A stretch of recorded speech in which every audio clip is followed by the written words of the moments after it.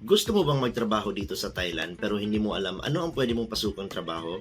Sa video nito, sasabihin ko ang mga common work or common jobs for Filipinos dito sa Thailand. What's up mga kanaisers? Andito na naman tayo sa bagong video at gaya nga ng sabi ko kanina, I will tell you ano ang pwede nyong pasukang mga work dito sa Thailand. Wala nang paligoy-ligoy pa, let's go to number 1. The most common job ng mga Pinoy dito is ang pagiging teacher. Personally, nagtiteach din ako kasi I find it easy to work as a teacher compared to other jobs. May mga schools na maganda ang benefits, may mga schools na hindi masyado, pero being a teacher is easier for me compared to working in an office. From personal experience lang, meron akong mga holidays, meron akong mga bonus, meron akong increase, at hindi all the time is meron akong trabaho. Sometimes there are events, sometimes may mga exam, and depende sa subject nyo, meron din kayong exam, meron din kayong mga pa-quiz, ganun. Ako, I'm working as an art teacher and you can see it in one of my vlogs.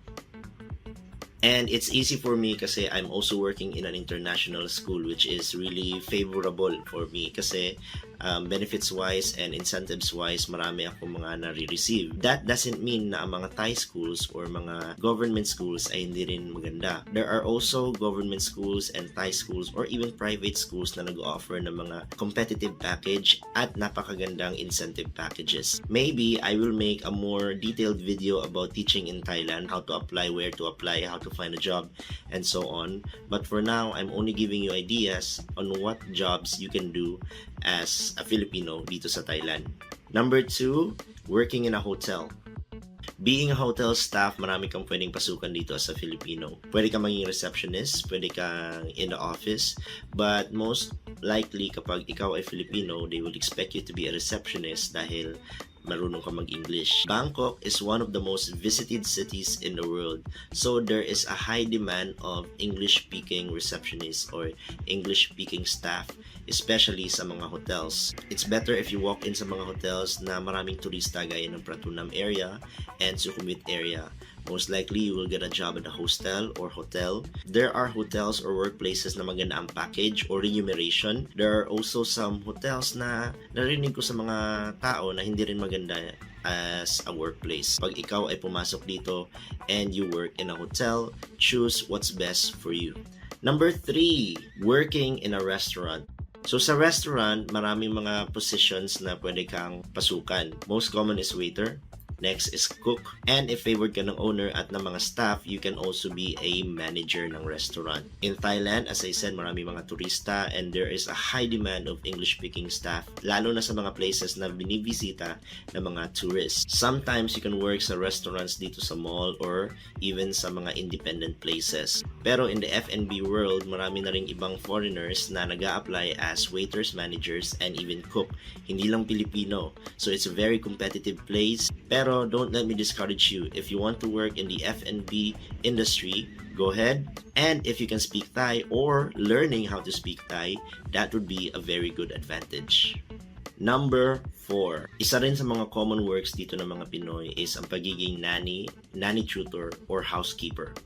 Maraming opportunities to work here, especially if you are female. However, gaya ng F&B industry, it's also very competitive kasi marami na ring tao from other neighboring countries around Thailand ang pumupunta dito para mag-work as nanny tutor, or housekeeper. Most of the time, hindi Thai ang nag-hire or naghahanap ng mga nannies or housekeepers. They are foreigners or expats, especially from Western countries like America and even from European countries. I've heard na merong mga boss na galante at super ganda magtrabaho for them. But there are also some boss na terror, some bosses who are very demanding and they're not going to be very good to you. So be careful in choosing your boss. There are some agencies hiring for nanny and nanny tutors or housekeepers. But if you can contact directly with those who are hiring or looking for nanny tutor or housekeeper, then that is better. Don't go through agency if you can. But if you want to try going through an agency for an easier time, go ahead and try it. Number 5, being a musician.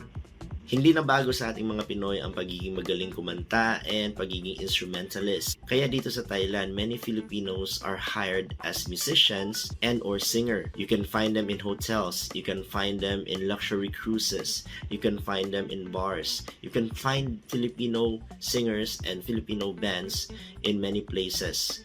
Magaling ang mga Thai. There are so many skilled Thai people when it comes to singing and when it comes to music. So it's also very competitive when it comes to this industry. However, depending on the preference of the hotel owners, bar owners, or even luxury cruise owners, marami pa rin mga Pinoy ang mga hinahire nila. Maybe you are a musician and you want to be hired as such. Go ahead, try going to Thailand and look for a job as a musician. Number 6, office staff.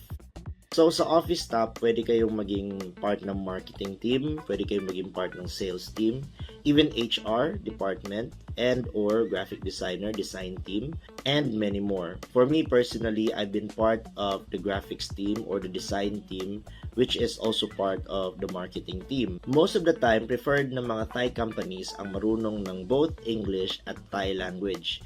Pero, don't be discouraged kasi there are also international companies or companies that are run by foreigners na hindi masyadong stricto kung hindi ka marunong mag-Thai. Very competitive ang mga companies dito, kaya naman you need to make sure that you are upgrading or enhancing yourself and your skills. Do not be stagnant in your skills, always upgrade, always seek more advancement in your career, and also make sure na you are aiming for something higher than your current position. Anong klaseng office ang pwede niyong pasukan? Logistics, law firm, schools, and many more. If you want to come here and find jobs in an office, there are websites na available like JobsDB, sometimes Craigslist, and many more. Working as an engineer. Personally, I have some friends who are working as engineers. Some of them were interior designers, some of them electrical engineers, chemical engineers, draftsmen, and many more. In the engineering field, the jobs are really high paying, but at the same time, they might be a little challenging to come by kasi marami mga jobs na required marunong ka mag-Thai. If you are learning how to speak Thai, that is very advantageous. If you're not learning how to speak Thai, then I suggest you find someone or you find a company that will hire you from overseas. It will be very easy to transition from your job wherever you are and then go to Thailand to relocate for your next job. Recruitment or headhunters. Marami akong kilala na they work as headhunters for a recruitment agency to outsource to another company. And since they are dealing with high-level position jobs, a proficiency in English language is an advantage. You can work in many headhunting firms dito sa Bangkok. If you have an experience in being a headhunter or working in a talent acquisition field, then being a headhunter, part of an HR department will be good for you. So many opportunities here. Just make sure that you are confident in your interpersonal skills and also become English proficient so you can work in this kind of field. Next one up, IT or computer programmer. Dito sa Thailand, especially sa Bangkok, a lot of startups have started emerging recently. A high demand in computer programmers and IT specialists are needed for these startups. You can work directly with a company or you can work in an IT firm that provides these services to startups or to big companies alike. I don't know the specifics, but I have friends who are working in this industry and they are very happy because benefits wise and salary wise it's very good. So if you're interested to work in Bangkok as an IT specialist or programmer, then go ahead. It's very good kasi maraming opportunities to work, not just in international companies but also in Thai companies. Narinig ko sa mga kaibigan ko that they can also become freelancers because it pays more and they are more flexible with their time.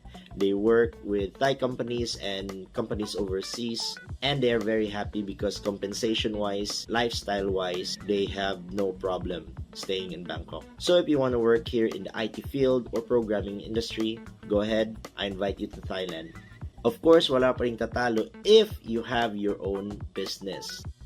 I have some friends here in Thailand and they have their own businesses and they are booming. Meron ako mga kaibigan who own their own business. 1, law firm. 2, travel agency. 3, apparels and clothings, and even food and beverage. Ang daming opportunity dito sa Thailand to earn. But of course, there are different challenges for foreigners who want to establish their own business. I can make another video of that, pero for this time, I'm only trying to introduce what kind of jobs and work you can do as a Filipino dito sa Thailand. If you have some questions about this, don't hesitate to comment down below kasi I will answer them and I hope to help you in your job search. Sa ngayon, yun lang muna. I'll see you in my next video. Peace!